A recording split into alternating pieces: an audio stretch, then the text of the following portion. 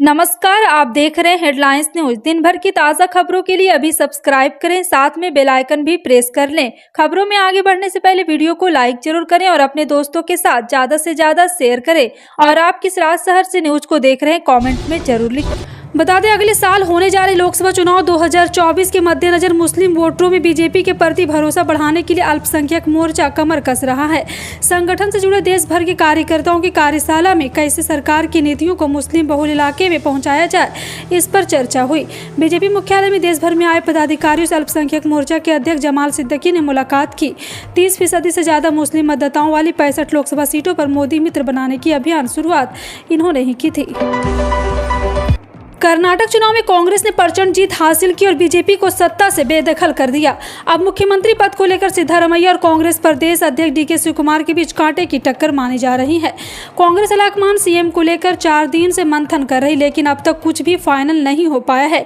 इस बीच कर्नाटक कांग्रेस के प्रभारी रणदीप सुरजेवाला ने कहा, मुख्यमंत्री चुनने की प्रक्रिया जारी है, फैसला होते ही हम ऐलान कर देंगे। सूत्रों के अनुसार कांग्रेस कर्नाटक के सीएम की भूमिका के लिए 75 वर्षीय सिद्धारमैया का नाम फाइनल करने के करीब है, क्योंकि उनके पास अधिकांश विधायकों का समर्थन है। पूर्व क्रिकेटर और भाजपा सांसद गौतम गंभीर की मानहानि केस की सुनवाई करते हुए बुधवार को दिल्ली हाईकोर्ट ने कहा, जनप्रतिनिधि को इतना संवेदनशील नहीं होना चाहिए। सार्वजनिक क्षेत्र में मौजूदा लोगों को मोटी चमड़ी वाला होना चाहिए। आजकल जजों की भी मोटी चमड़ी का होना चाहिए। दिल्ली हाईकोर्ट ने गंभीर के खिलाफ आर्टिकल पब्लिक करने पर न्यूज़पेपर को भी नोटिस जारी किया। न्यूज़पेपर में लिखा था, गौतम बतौर सांसद अपने निर्वाचन क्षेत्र से अक्सर गायब भी रहते हैं। कर्नाटक में ऐतिहासिक जीत के बाद कांग्रेस में सीएम की बैठक का दौर जारी। अब तक का नहीं हुआ कर्नाटक की कुर्सी सिद्धारमैया को मिलेगी या फिर डीके शिवकुमार को। इस सबके बीच सत्ता खो चुकी बीजेपी की सरकार में मंत्री रहे 2 नेताओं ने दावा किया है कि 2019 में कांग्रेस और जेडीएस की गठबंधन वाली सरकार गिरने के लिए सिद्धारमैया जिम्मेदार थे। बसवराज सरकार में मंत्री रहे कि सुधाकर और एस.टी. सोमशेखर ने यह दावा किया कि दरअसल ये दोनों ही पहले कांग्रेस में थे।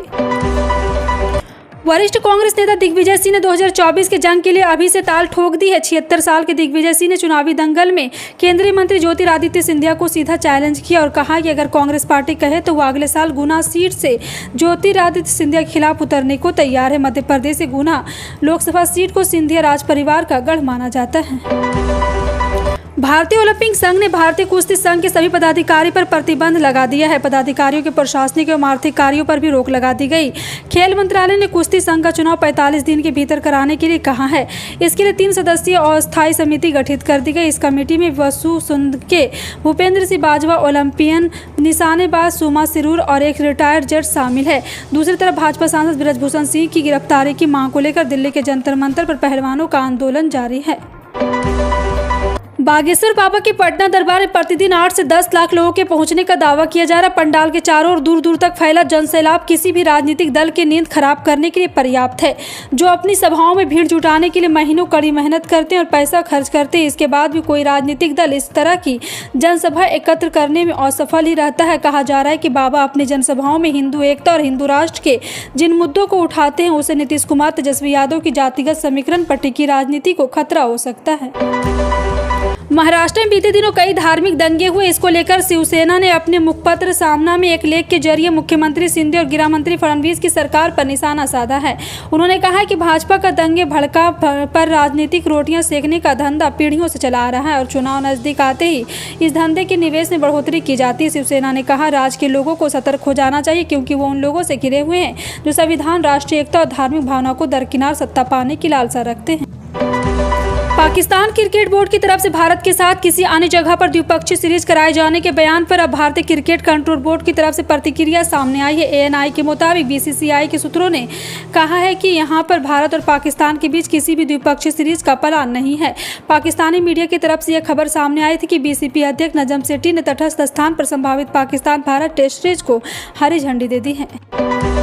पाकिस्तान के पूर्व प्रधानमंत्री और पाकिस्तान तहरीके इंसाफ के चीफ इरफान खान के घर की पुलिस टीम ने घेर लिया। पुलिस अधिकारियों के मुताबिक उन्हें इमरान के घर में 30 से 40 आतंकियों के छुपे होने का इनपुट पार्क में या मिलिट्री में ऑपरेशन की तैयारी शुरू कर दी। मीडिया रिपोर्ट के मुताबिक पाकिस्तानी पुलिस खुफिया एजेंसी के बुधवार दोपहर पेशावर क्रॉप्स मंडल में घर पर हमले के आरोपियों को यहां पे इमरान के घर छिपे होने की खबर केंद्रीय मंत्रिमंडल की बुधवार को बैठक हुई और केंद्रीय मंत्री अश्विनी वैष्णव ने बताया इलेक्ट्रॉनिक निर्माण के क्षेत्र में इस साल $100 बिलियन का उत्पादन इस वर्ष देश में हुआ है। इसके साथ ही पिछले साल $11 बिलियन के मोबाइल का रिकॉर्ड निर्यात किया गया। और साथ ही साथ आपको बता दें कि IT हार्डवेयर क्षेत्र के लिए 17,000 करोड़ रुपये के उत्पादन में जुड़ी प्रोत्साहन योजना को मंजूरी दी है।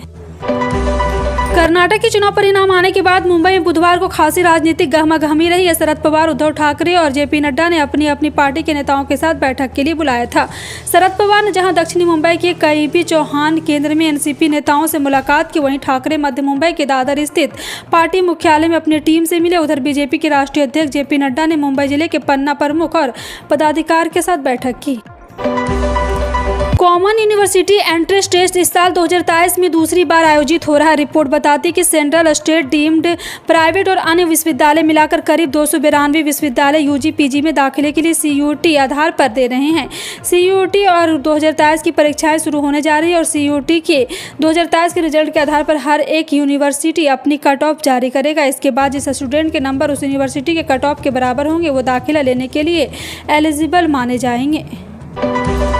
राजस्थान में BJP एक बार फिर से कांग्रेस की गहलोत सरकार के खिलाफ आंदोलन करने जा रही है। इस बार बिजली पानी के मुद्दे को लेकर BJP कांग्रेस को घेरेगी। इसको लेकर BJP की ओर से प्रदेश भर में उपखंडों पर प्रखंड किया जाएगा।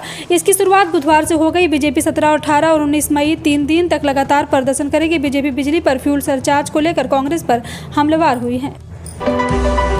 किसानों को मोदी सरकार की तरफ से बड़ा तोहफा मिला है। केंद्र सरकार ने खरीफ सत्र के लिए 1.8 लाख करोड़ रुपए की उर्वरक सब्सिडी को मंजूरी दे दी है। केंद्रीय स्वास्थ्य मंत्री मनसुख मांडविया ने कैबिनेट मीटिंग के बाद यह जानकारी दी। मनसुख मांडविया ने कैबिनेट के फैसले की जानकारी देते हुए बताया कि देश में 325 से 350 लाख मीट्रिक टन यूरिया उपयोग होता है। 100 से 125 लाख मीट्रिक टन DAP और NPK का उपयोग होता है। 50 से 60 लाख मीट्रिक टन MOP का इस्तेमाल होता है। किसानों को समय पर खाद मिल सके, इसके लिए मोदी सरकार ने सब्सिडी तक बढ़ा दी है। रूस और यूक्रेन की जंग को 1 साल से ज़्यादा समय हो गया। इस जंग में दुनिया ने कई हथियारों का प्रयोग किया। रूस की हाइपरसोनिक मिसाइल किंजल भी अब इस जंग में जमकर प्रयोग की जा रही है। रूसी मिसाइल के सामने अब अमेरिका का सबसे ताकतवर मिसाइल डिफेंस सिस्टम पेट्रियट भी मैदान में है। CNN की तरफ से जानकारी दी गई कि रूस की तरफ से अब यूक्रेन पर किंजल मिसाइल से हमले जारी थे तो उस समय एक पेट्रियट सिस्टम भी ढेर हो गया है। भारत के लिए मानसून की बारिश बहुत जरूरी है। मानसून की वजह से देश में करीब 70% बारिश होती है। इससे चावल, गेहूं, गन्ना, सोयाबीन और मूंगफली जैसे प्रमुख फसलों की उपज पर असर पड़ता है। मौसम विभाग इस साल सामान्य मानसून की भविष्यवाणी की है, लेकिन अब नीनो ने देश के लिए चिंता पैदा कर दी। इसका सीधा असर मानसून पर पड़ेगा। जानते हैं कि जी हाँ, आपको बता दें नीनो ये भारत मानसून पर किस तरह असर डालता है। उच्चतम न्यायालय ने बुधवार को कहा है कि वह सुनिश्चित करेगा कि राजनीतिक मशीनरी मणिपुर में कानून व्यवस्था की स्थिति को लेकर आंखें न मूंदे। साथ ही शीर्ष अदालत ने राज्य सरकार को मणिपुर में हिंसा प्रभावित लोगों की सुरक्षा, राहत एवं पुनर्वास के लिए उठाए गए कदमों पर अद्यतन स्थिति रिपोर्ट दाखिल करने का निर्देश भी दिया है।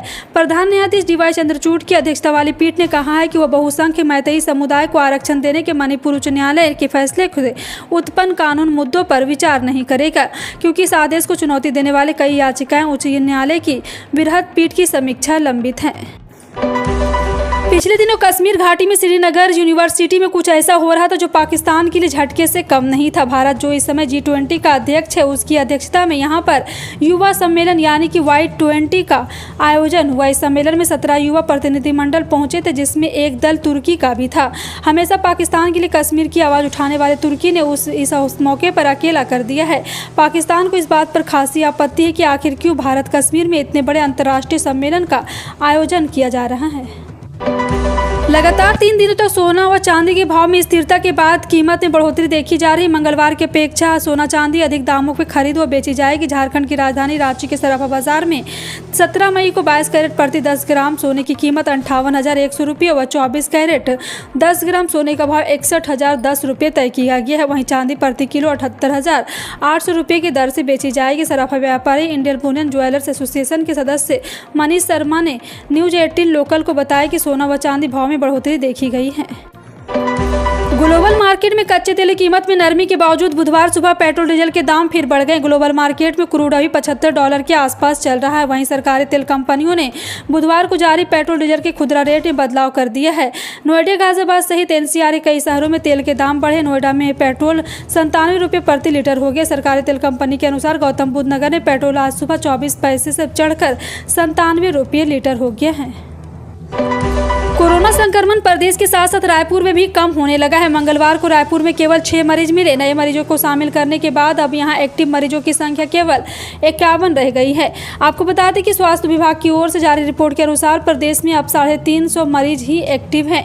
और साथ ही साथ बता दें कि इनमें रायपुर, दुर्ग और बलौदा बाजार में ज़्यादा केस है। आधा दर्जन जिले तो ऐसे हैं जहाँ एक्टिव मरीजों की संख्या इकाई अंक है। कोंडागांव के मुंगेली जिले में करीब 15 दिन से एक भी एक्टिव मरीज नहीं है। और इस बीच कोरोना संक्रमण की दर घटकर 2.20 रह गई। हालांकि 2 दिन पहले संक्रमण 2 से भी ज्यादा कम हो गई थी। आपका इन सभी खबरों पर क्या कहना है कमेंट सेक्शन में टाइप करके जरूर बताएं। इसी तरह की पल पल की अपडेट जानने के लिए जुड़े रहें आप अपने हेडलाइंस न्यूज के साथ। मिलते हैं अगली बड़ी खबर में, तब तक के लिए जय हिंद।